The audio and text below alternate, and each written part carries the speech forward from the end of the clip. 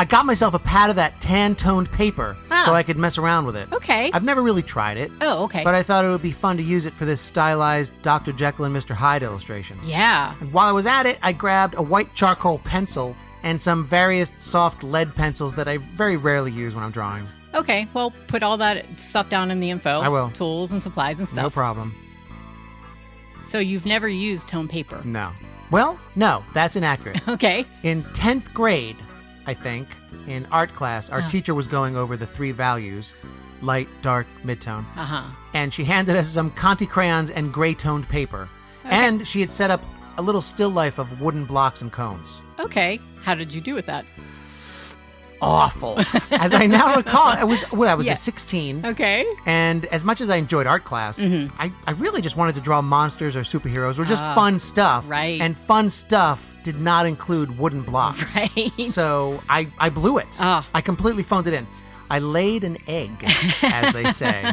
Oh, no. And if I'm recalling correctly, I Yeah. got a C, which kind of shook me because I was used to getting good grades in art class. I don't know if you know this, but I'm really into art. Oh, yeah. But anyway, I got that C, and I was thrown immediately into kind of a very dark, rebellious melancholia, Wow. a blue funk. But I can see it. You're used to getting A's. A C seems like a bucket of cold water in your face. Yeah, it was rough. It was traumatic. Right? Oh, and so what I did to heal my bruised ego Yeah. was there was a big student art show in the auditorium later that month. And it was student work that had been juried in by the art faculty. Oh. And it was all matted and hanging with gallery cards. Ooh. It was very schmancy Yes. stuff. And I took my terrible, phoned-in C-grade still life, Yeah. and first I added in a hairy monster, and then I literally sliced into the piece with an X-Acto knife, and I carved out a giant A+ right into the paper. You were acting out. I was acting out.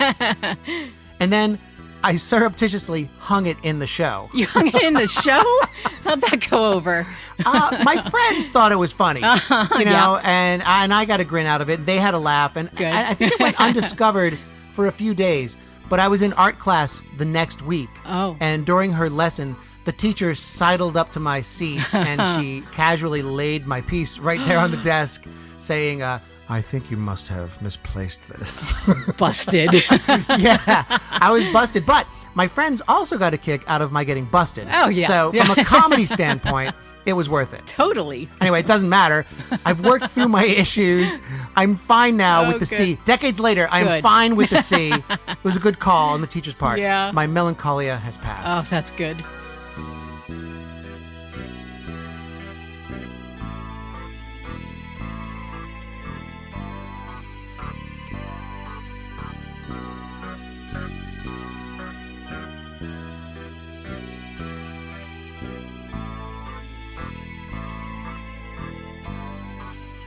So I'm guessing you know exactly why I chose to do a Jekyll and Hyde illustration this time. I do. Right. It's because after months of waiting, Months. you finally got your Mego Mr. Hyde action figure. Look at him. Look at this creep. Based on, what, the book, the movie? You know what? I'm not sure. If I'm remembering correctly, in the book, Yeah. Hyde is actually smaller and more compact than Jekyll. Okay. Like he's more dense. That's what I like to imagine. Yeah. But in some of the movies, they make him grow larger. Like Bruce Banner turning into the Hulk. Exactly.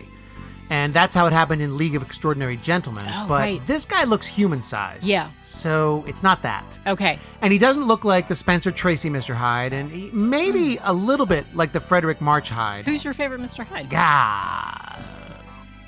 Russell Crowe's Hyde was pretty believable. From the Tom Cruise Mummy movie. From the Tom Cruise Mummy movie. Yeah. I liked his version. Okay. But I also liked, I don't know if you know this, Anthony Perkins did a version, this was a while ago. Okay. Maybe in the 80s. Ah. It was a movie called, I think it was Edge of Sanity. Okay. And Perkins was he was a lot of fun. He was kind of like Dr. Jekyll and Mr. Hyde and Jack the Ripper, by the way. Oh, When he okay. turned to Hyde, he was Jack the Ripper Hyde. Oh, interesting. Yeah, I know. Yeah. And it was fun to watch him turn from mild-mannered to dark and dangerous. That's his whole shtick. Oh, yeah, that's his bit. Yeah, psycho. But, so I thought it was good casting. Yeah. He was perfect for that. Mm-hmm. I'm not sure the movie was fantastic. Okay. But I did like his take on the character. Yeah. How about you? I don't know if I have a favorite. Mm-hmm. My Mr. Hyde Felty? Shameless self-promotion. Yes. I'm fine with that. I'm Okay, fine. good. Perfectly fine. That's what we do here. Yes. I did like that Felty, though. Yeah. Well, you designed him. Man, that was like one of our first collaborations. Yeah, that was fun.